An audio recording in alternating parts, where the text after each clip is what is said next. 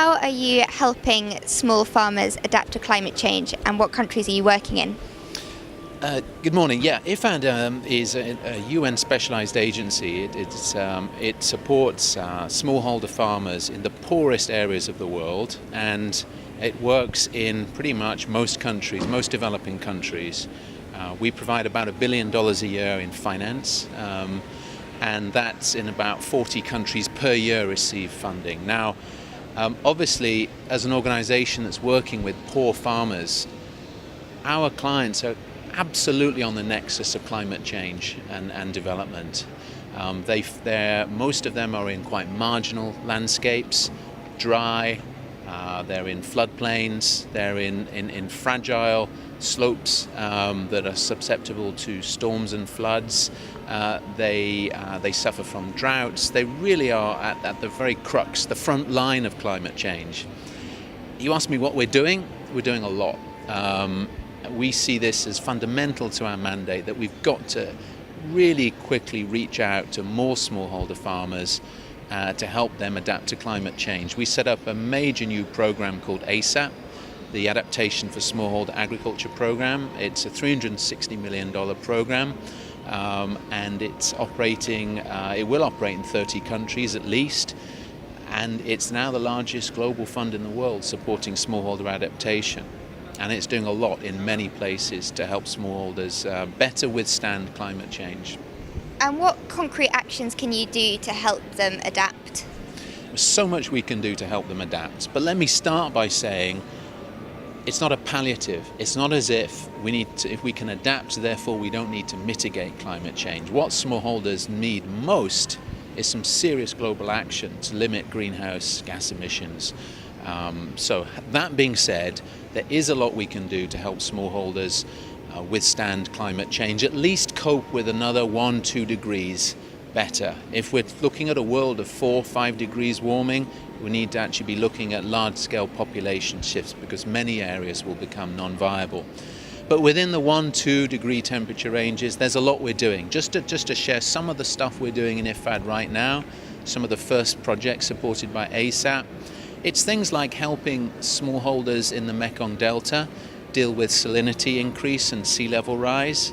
It's things like helping smallholders in Rwanda cope with greater storm intensity and temperature rises, which have made their storage infrastructure for food really not fit for practice. It's things like helping smallholders in Mozambique cope with a change in the pests. Pests are incredibly sensitive to small changes in temperature. So if you're looking at a 1 degree temperature increase over the last century, there's been a quite significant change in pests. It's things like helping fisher folk in Djibouti cope with a change in where the fish are located because of ocean warming. It's things like helping smallholders in Nicaragua cope with, who are working on coffee farms to cope with the way in which climate change is affecting the viability of coffee production in some areas. I can carry on for another hour on this, so just cut me off, but there are many things we're doing in many parts of the world where our projects and the people we're working with are really feeling the effects. They were already vulnerable. The most exposed, vulnerable segment of society. So even these impacts of climate change now are affecting them, and it's going to be far more challenging in years to come. The Green Climate Fund could start receiving funds now, technically, quite soon. Yeah. Are you confident that being operational will create large new streams of money to go towards these kind of projects? I'm hopeful it will not face elite capture and end up benefiting only urban elites and sectors outside of agriculture. And we will do our absolute best to work with the Green Climate Fund to ensure that some of this money, a significant portion of this money, goes to the rural poor on climate adaptation. And let's not forget that all the projects I've been mentioning to you have mitigation benefits too, even though that's not the principal objective of these projects.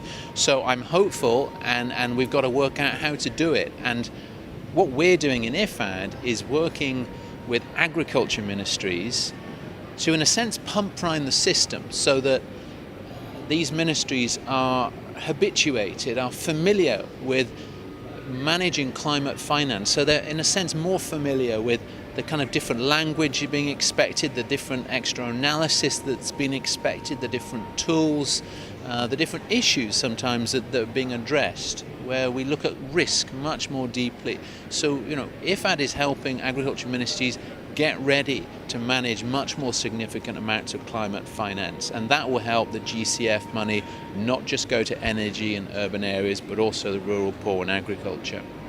Some NGOs have expressed their worry that the Green Climate Fund's money could go towards low carbon but still fossil fuel related projects. Why are you concerned that it might be the urban elite that benefit?